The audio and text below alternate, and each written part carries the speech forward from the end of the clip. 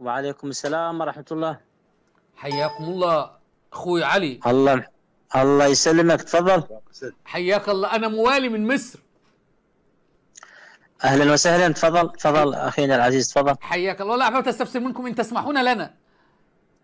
تفضل، انا بخدمتك. حياك الله. من آل البيت بايع الامام علي بعد موت النبي صلى الله عليه واله وسلم على انه امام معصوم من بني هاشم؟ من فعل ذلك من بني هاشم؟ ولا بني هاشم ايضا لم يناصروا الامام علي سلام الله عليه؟ اخينا العزيز، اني اولا معلوماتي ضعيفة بهذا الجانب. اعرفك انا عارف، بس انا كنت حبيت يعني افتح مع حضرتك الموضوع.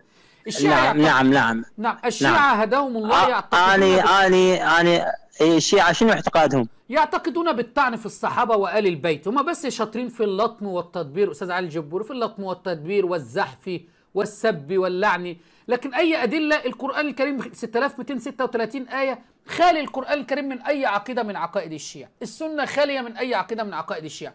زعموا بتنصيب 12 إماما وأعطوهم صلاحيات وكل شيء بدون دليل ولا برهان. هذا الله الشيعة الإمامية يا رب.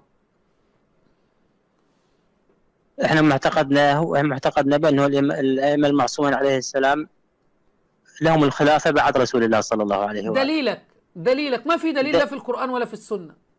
لا، الدليل موجود، الدليل حديث الثقلين للنبي محمد صلى الله عليه واله. بص يا سماحه الاستاذ علي الجبوري، ولا دليل هينفع حضرتك. حديث الثقلين فين ان في 9 من ابناء الحسين. حديث العترة فين ان 9 من ابناء الحسين. آية الولاية فين امامة الائمة. آية التطهير فين امامة ولا حديث صدقني ولا دليل يثبت. ما ممكن واحد يقول لك حديث الثقلين، طب ما ابن عباس من الثقلين والشعب يطعنوا فيه. العباس من الثقلين الشعب يطعنوا فيه. عقيل اخو علي رضي الله عنهما، عقيل بن ابي طالب من الثقلين الشعب يطعنوا فيه. محمد بن حنفية بن الامام علي من الثقلين الشعب يطعنوا فيه.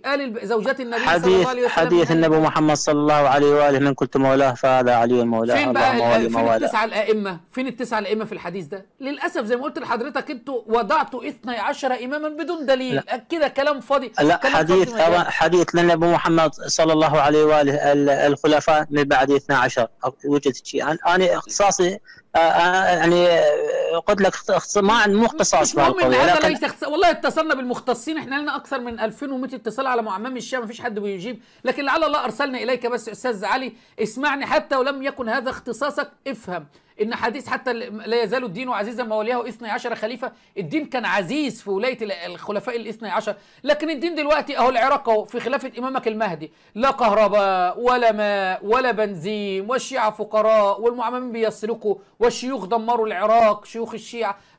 فين سمعت شيخ لا يزال الدين عزيزا ما وليه 12 خليفه؟ فالدين مش عزيز في خلافه الائمه ال 12. عموما انا عايز حضرتك تفكر، ولعل الله ارسلني لك تعيد التفكير مره اخرى استاذ علي الجبور، واتمنى ان احنا نتواصل مع بعض سويا. رب يسلمك الله يشرح صدرك العزيز. شكرا. الله يخليك. ممنون منك. شكرا.